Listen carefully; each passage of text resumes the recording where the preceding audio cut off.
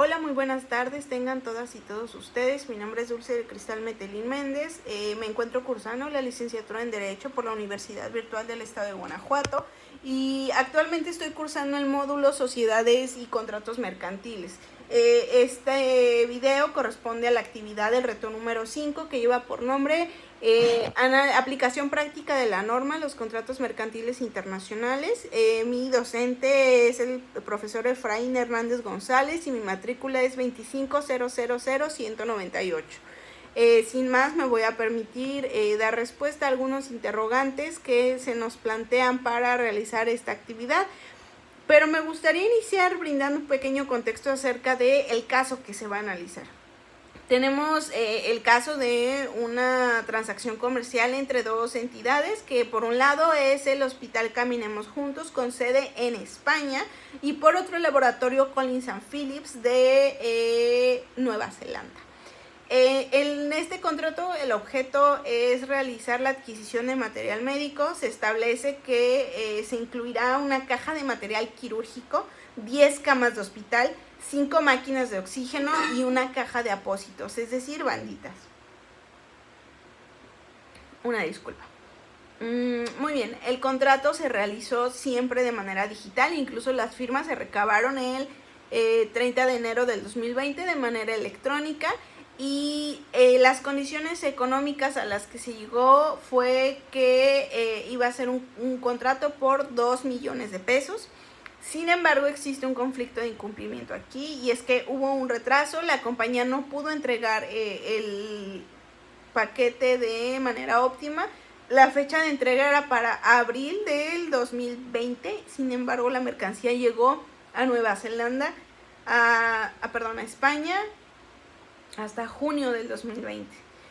Además de que al momento de recibir el hospital la mercancía se encontró que hacían falta las siguientes cantidades. Por un lado se recibió una caja de abatelenguas en lugar de apósitos y 4 de las 5 máquinas de oxígeno solicitadas llegaron con el embalaje defectuoso.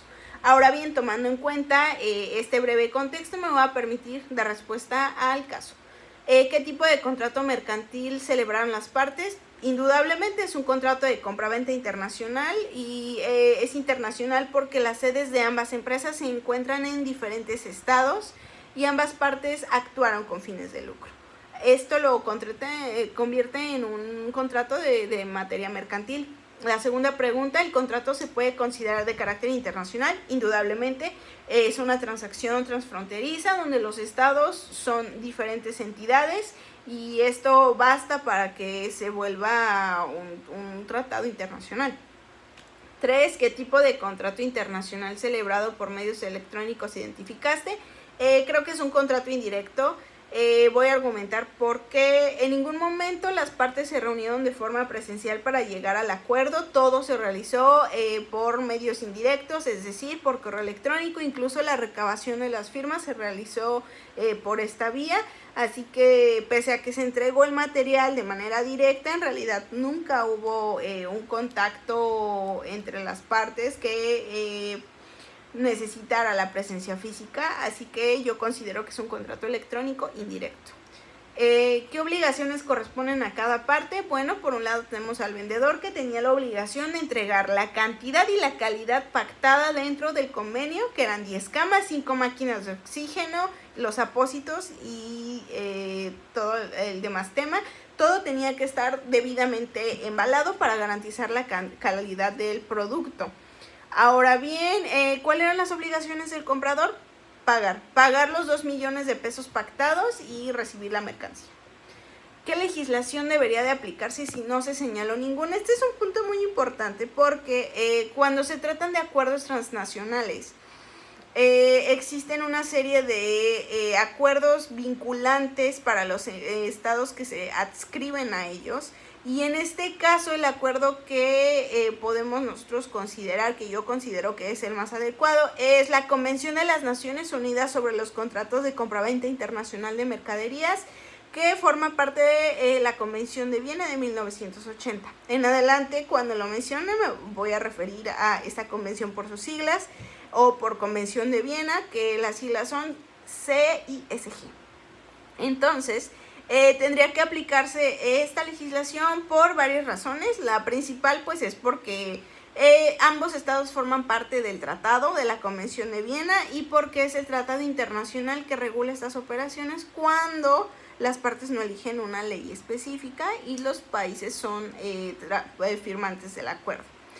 ¿Qué opciones tiene el hospital frente al incumplimiento? Bueno, como el hospital recibió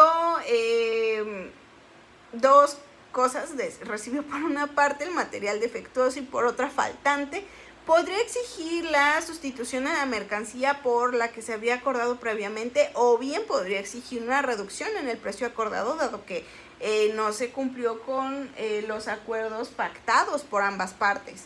Y de acuerdo con la Convención de Viena, el artículo 46 y 50 menciona precisamente que también puede hacer una reclamación o una indemnización por daños y perjuicios.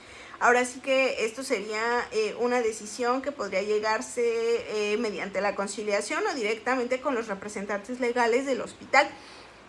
La siguiente pregunta es, ¿procede la cancelación del contrato? Es una pregunta complicada, pero desde mi punto de vista no procede. Revisando la convención yo encontré en el artículo 25 que el incumplimiento puede proceder cuando se considera esencial, es decir, si este incumplimiento limitara al 100% o en su mayoría las acciones del hospital. Entonces, lo que podría hacer si es que no se afecta el funcionamiento de manera grave o irreparable, pues se podría declarar la resolución del contrato, pero como no es el caso, lo que podrían buscar es más bien realizar un acuerdo y como la tarea de conciliación por parte de los involucrados para entregar bien sea el faltante o, como había mencionado anteriormente, la disminución del precio. Finalmente, pues voy a compartir algunas cláusulas que yo considero que hacen falta dentro de el contrato. Por un lado, creo que valdría la pena definir cuál es la jurisdicción a la que las partes se quieren adscribir para evitar precisamente elegir alguna jurisdicción que podría no convenir a los intereses de ambas partes. Y por otra, entiendo que no existía una cláusula directa de reclamación o suspensión del contrato, sí existía un incumplimiento en los acuerdos. Entonces, creo que valdría la pena considerar pues esto, una cláusula de reclamación, una cláusula de cumplimiento de plazos. Y bueno, por otra parte, creo que es importante también el tema de las causas de fuerza mayor. Cuando se trata de operaciones de carácter mercantil internacional, es complicado cumplir al pie de la letra con los plazos, y no porque las partes no deseen hacerlo, sino que cuando se realiza el embalaje y la transportación de mercancía transnacional, pueden ocurrir muchas cosas.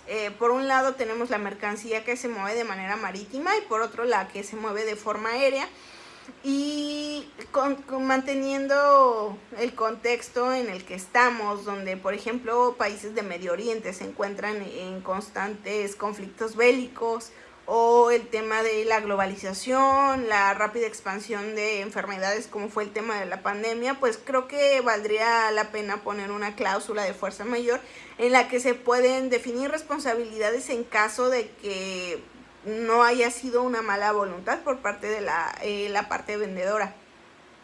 Y finalmente creo que una cláusula de arbitraje también valdría mucho la pena porque pues permite que una parte neutral ayude a los involucrados a resolver precisamente estas situaciones que no se previeron.